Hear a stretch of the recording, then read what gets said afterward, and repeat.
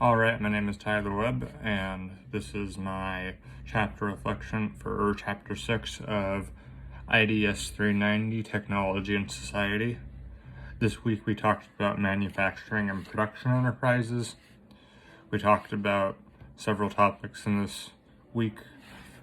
We talked about a lot of the different ways that manufacturing has developed in recent years to meet more current needs.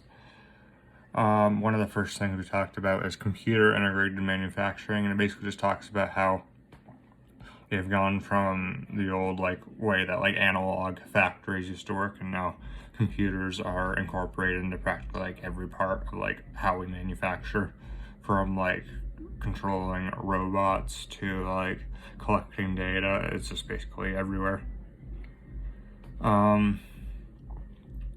We also talked about the concurrent engineering design environment. The concurrent engineering design environment really focuses on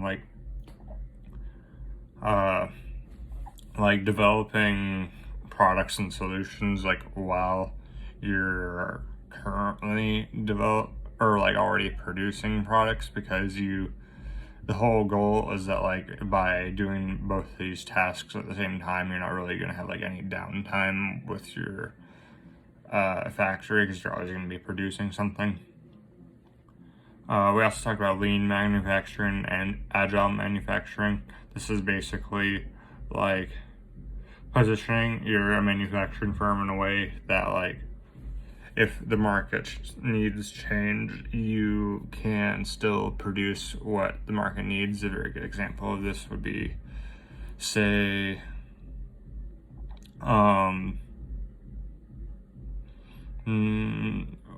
let's say semiconductor manufacturing. The way that you could consider these to be lean manufacturers is, even though they specialize in the production of semiconductors, they have many different products they can make, and as new products come out, they're always updating how they are making stuff so that they can best serve the market. We also talked about supply chain management. This basically just talks about the different ways that supply chains feed into both manufacturing and just the wider world as a whole. Supply chain management is very important, also very relevant to the current situation with COVID-19 and all that, and it's honestly the part that's kind of stumbling the most, and a lot of that has to do with stuff like labor shortages and raw material shortages from the impact of coronavirus. We also talked about just-in-time manufacturing. Just-in-time manufacturing basically revolves around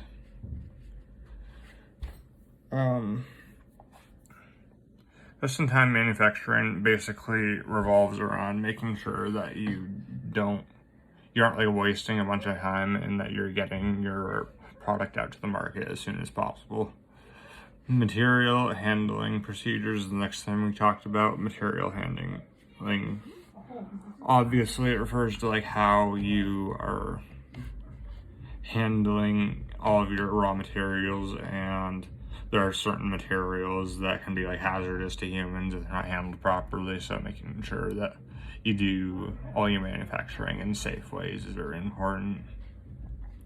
And we also talked about material requirements planning, or MRP. MRP basically is making sure that your manufacturing firm is going to have all the raw materials it needs in order to actually make the products, because if you run out of a certain type of material that your product needs, you are going to be limited in how many of those products you can make.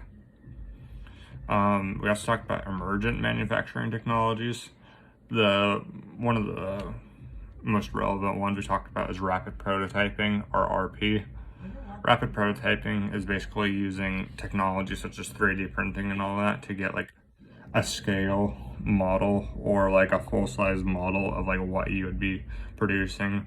Say if you were manufacturing a ring and you were doing a jewelry company, you could 3D print a model of your ring to get an idea what it would look like, and if you are satisfied with the design, then you can actually go through the process of making a mold for that and pouring it in metal, or pouring metal into that mold and actually like going through the whole process. Or if you aren't satisfied with how the 3D model came, or if you aren't satisfied with how the 3D print came out, you can just like, go back, revise your design and print another model, and it makes you not have to waste a whole bunch of time and resources doing the whole like process behind developing the product as a whole. We also talked about cellular manufacturing. Cellular manufacturing is the type of manufacturing that's meant to be like very modular, so that if capacity needs to be cut or expanded, you can like cut out certain operating parts of your manufacturing facility, or you can add more so that you can always meet the demand.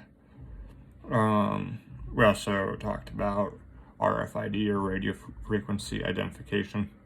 Basically, this is a technology that is starting to be used a lot in like credit cards and all that, and allows you to like have a signature associated with an item that you can use to validate stuff, which is why it's used with credit cards, because you can validate transactions with it, because only one of those things with the RFID is going to be able to make those purchases. We also talked about total quality management.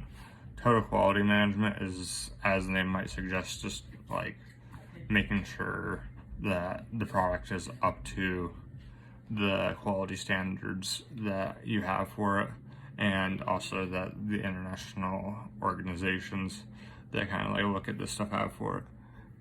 One of those organizations that we talked about is the International Organization for Standardization, or ISO, and we talked about their ISO 9000 certification, what it means for manufacturing.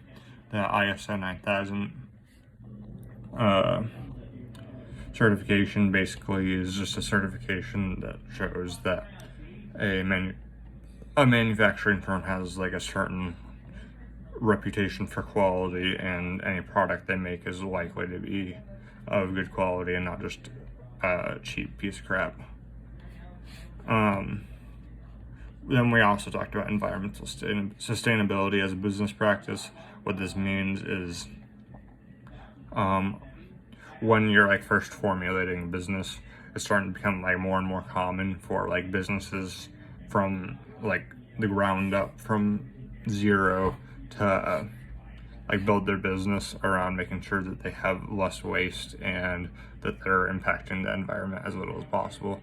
And this is really just, well, it's not really for like any monetary gain, but like there's always the fear of like, in the future the government could like even more heavily regulate like environmental impact of manufacturing firms, and also just having as little of an impact as possible is also going to help them keep in the public's favor, which might increase their sales.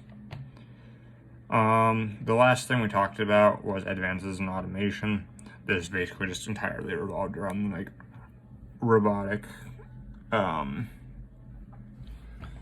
implementations of manufacturing, and just continually as time goes on, having like less and less people doing the same amount of work because they're using technology to accomplish more with less. And that's basically just the summary of that entire part of the chapter. Just the more time goes on, the more one person is going to be able to do. And that is all we talked about this week. There's my reflection.